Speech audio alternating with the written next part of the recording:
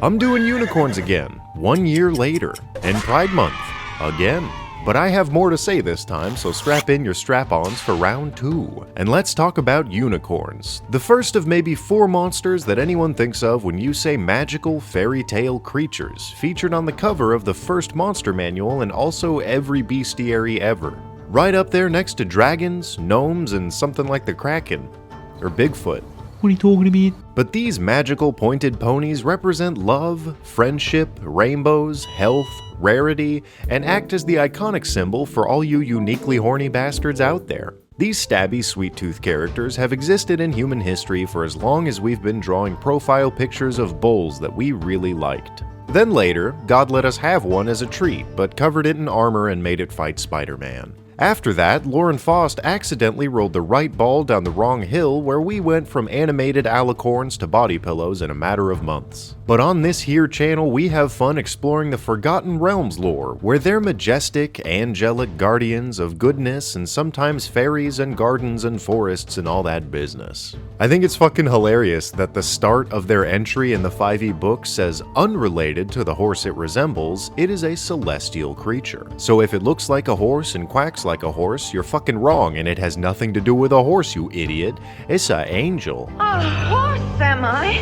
A horse indeed! Look at the chopstick. Only an angel would have that. Unicorns fill the single most unique role among all the monsters in these worlds, where they're a cursed nightmare creature that lurks in the woods, primed to slaughter trespassers only if they're evil. Everywhere else, it's the good or the neutral guys who are in danger. But these pseudo-equestrian creatures are steeped in a very unique prejudice. Like space marines serving the empire of man under the order of the god emperor, they are ordained by holy gods to attack evil with overwhelming prejudice, using everything granted to them by their gods and environment. If a deity can't find a priest using their GPS system, and there's a big fat demon squatting in the woods, they'll drop down 1 to 50 unicorns like throwing darts to take care of the problem. They also act as a security measure for cheapskate gods who don't trust home defense systems. So if a god has like a cool sandwich they need watched over, they'll protect it with a unicorn while they run to the bathroom. And with this responsibility, unicorns get weirdly strong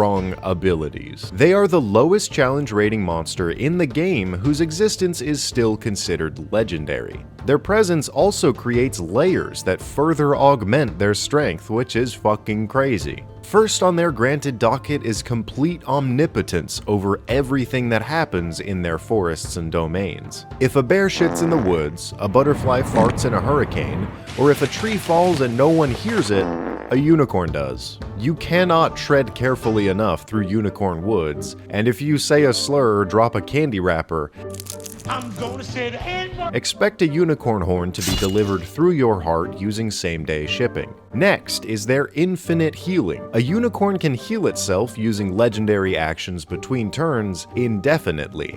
And if they poke you lovingly with their horns, it acts like the Italian food in JoJo that brutally expels all sickness and poison from your tummy, leaving you better than you've ever felt before. And best of all, my diarrhea tummy's all better!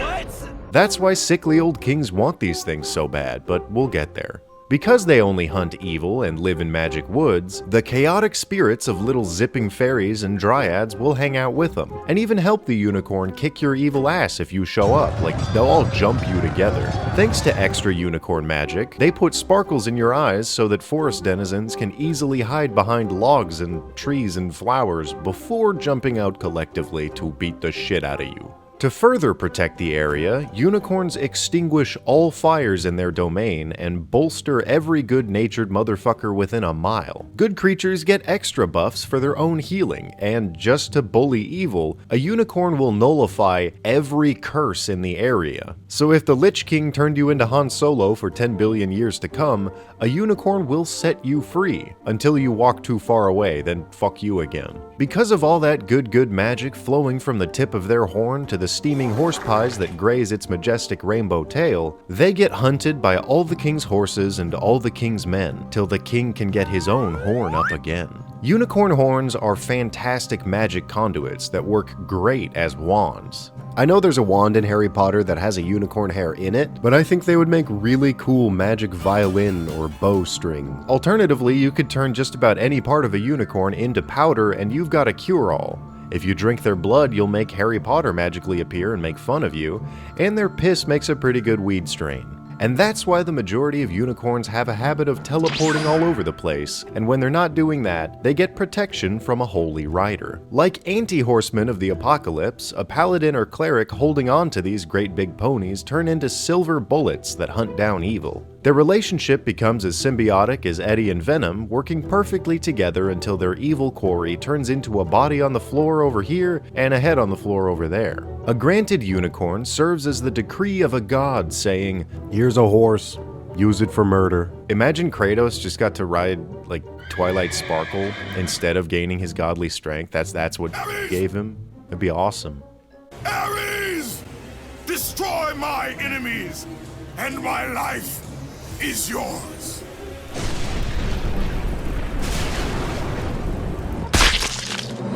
I'd play that. I do also really like the fact that if you suck or do something evil while riding a unicorn, it'll buck you off and leave forever. They're not a permanent thing, they have a goal, and if you stray from it, they stray from you. It makes me want to see more washed up paladins crying over ice cream buckets because their rainbow god horse ran away when they laughed at a fart. Let's look at a couple idiots in our own history who did weird stuff in the unicorn narratives before we reach that part in the video where it ends. My favorite little explorer to ever cross the dust and mud on our blue rock, Marco Polo, actually found a unicorn. But it was big and fat and the size of an elephant and covered in armor and rolled around in mud.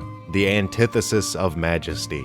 Like, imagine having the expectations of a little girl with a unicorn binder, and then turning the corner to find the equivalent of your uncle drunk off his ass in the kiddie pool with a birthday hat slumped over his forehead. Poor guy did not know what a rhino was, so he took a note and just kept walking. Later, in the early 1500s, when all those sick nasty freaks like Da Vinci were obsessed with preserving or sniping virgin ladies with their own horns, it even got tied to falling for unsullied babes. For a while there, the only way to catch a unicorn was with the magical powers of a hymen. Gross freaks in literature, man. Stay away from the 1500s. I also love, in clear representation on the UK coat of arms, the dichotomy between lions and unicorns. One of them is masculine and bloodthirsty, and the other's anti-masculine and full of healing magic. Also, the lion and England are all about war and conquest and subjugation, while the badass Scottish unicorn is covered in chains. I wonder why that is. But being Scottish does make it objectively better.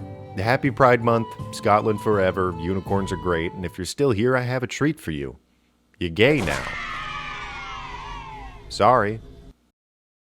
Goodbye.